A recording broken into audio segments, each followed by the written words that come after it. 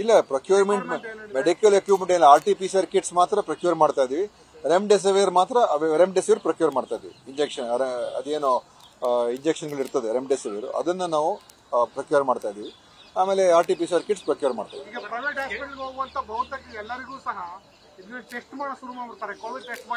Compulsory testing ಏನು compulsory testing ಇಲ್ಲ.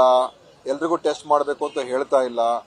ಯಾರಿಗೆ ಉಸಿರಾಟದ ತೀವ್ರ ಸಮಸ್ಯೆ ಇರ್ತದೆ ಅಂಥವ್ರಿಗೆ ಮಾತ್ರ ಮಾಡಬೇಕು ಅಂತ ಹೇಳಿದೀವಿ. ಎಲ್ಲರೂ ಕೂಡ ನಾಳೆ ಟೆಸ್ಟ್ ಮಾಡಿಸ್ಕೊಂಡು ಅದರ ಅಗತ್ಯತೆ ಸದ್ಯಕ್ಕಿಲ್ಲ. ಒಂದು ತಜ್ಞರ ಅಭಿಪ್ರಾಯ ಪ್ರಕಾರ ಈ ಏನು ಈ ಸೋಂಕಿದೆ, ಈ ವೈರಾಣು ಏನಿದೆ, ಇದು ಹಿಂದೆ ಒಮಿಕ್ರಾನ್ ಬಂದಿರತಕ್ಕಂಥದ್ರಲ್ಲಿ ಅದೇ ಒಂದು ವೇರಿಯಂಟು. ಆದ್ರಿಂದ ಇದು ದುಷ್ಪರಿಣಾಮ ಬೀರುವಂತದ್ದು ಕಾಣ್ತಾ ಇಲ್ಲ, ಸದ್ಯಕ್ಕಂತೂ ಕಾಣ್ತಾ ಇಲ್ಲ ಇಡೀ ದೇಶದಲ್ಲಿ ಎಲ್ಲ ಕಡೆ ನೋಡಿದಾಗ. ಆದ್ರಿಂದ ನಾವು ಇನ್ನೂ ಸ್ವಲ್ಪ ದಿವಸ ನೋಡೋಣ, ಕಾದ್ ನೋಡೋಣ. ಇಂಥ ಏನೇ ತೀರ್ಮಾನ ತಗೊಳ್ಳೋದಕ್ಕಿಂತ ಮುಂಚೆ ಮತ್ತೊಮ್ಮೆ ಇದನ್ನ ಚರ್ಚೆ ಮಾಡಿ ತೀರ್ಮಾನ ತಗೊಳ್ಬೇಕು ಅಂತ ಹೇಳಿದ್ದಾರೆ. ಇಲ್ಲ ವಿದೇಶದಿಂದ ಹೊರಗಡೆಯಿಂದ ಬಂದವರಿಗೆ, ಬೇರೆ ರಾಜ್ಯದಿಂದ ಹೊರಗೆ ಬಂದವರಿಗೆ ಯಾವುದೇ ರೀತಿಯ ಟೆಸ್ಟಿಂಗು ಅದೆಲ್ಲ ಏನು ಕಡ್ಡಾಯ ಟೆಸ್ಟಿಂಗ್ ಎಲ್ಲ ಏನಿಲ್ಲ ಸದ್ಯಕ್ಕೆ. ಮುಂದಿನ ದಿವಸದಲ್ಲಿ ನೋಡೋಣ. ಕೇಂದ್ರ ಸರ್ಕಾರ ಕೂಡ ಅದು ಮಾಡಿ ಅಂತ ಏನು ಹೇಳಿಲ್ಲ. ಆಯ್ತಾ? ಓಕೆ.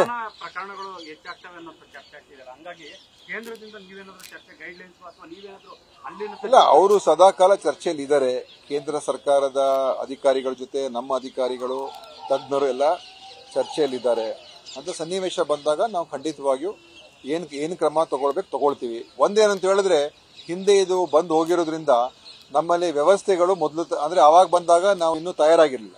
ಈಗ ಆಕ್ಸಿಜನ್ ಇದೆ, ICUಗಳಿದೆ, ವೆಂಟಿಲೇಟರ್ಗಳಿದೆ, ಮತ್ತು ನಮ್ಮ ಸಿಬ್ಬಂದಿ ಕೂಡ ಜಾಗೃತಿ ಇದೆ, ಅರಿವಿದೆ, ಯಾವ ರೀತಿ ನಡ್ಕೋಬೇಕು, ಹೇಗಿರಬೇಕು, ಯಾವ ರೀತಿ ಇದನ್ನು ನಾವು ನೋಡ್ಕೊಳ್ಬೇಕಾಗುತ್ತೆ, ಅದೆಲ್ಲ ಗೊತ್ತಿರೋದ್ರಿಂದ ನಾವು ಆತಂಕಕ್ಕೆ ಒಳಗಾಗಬೇಕಾಗಿಲ್ಲ.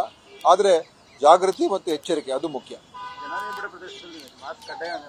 ಯಾರು ಬಾಣಂತಿಯರು, ಮಕ್ಕಳು ಮತ್ತೆ ವಯಸ್ಸಾಗಿರೋರು, ಯಾರಿಗೆ ಈ ಬೇರೆ ಬೇರೆ ಕಾಯಿಲೆಗಳಿದೆ ವಯಸ್ಸಾಗಿರೋರು ಅಂತವರು ಕಡ್ಡಾಯವಾಗಿ ಇದನ್ನ 50 ವರ್ಷಕ್ಕಿಂತ ಮೇಲೆ ಕಡ್ಡಾಯವಾಗಿ ಮಾಸ್ಕ್ ಹಾಕೊಳ್ಬೇಕು ಅಂತ ನಾವು ಹೇಳ್ತಾ ಇದ್ದೀವಿ.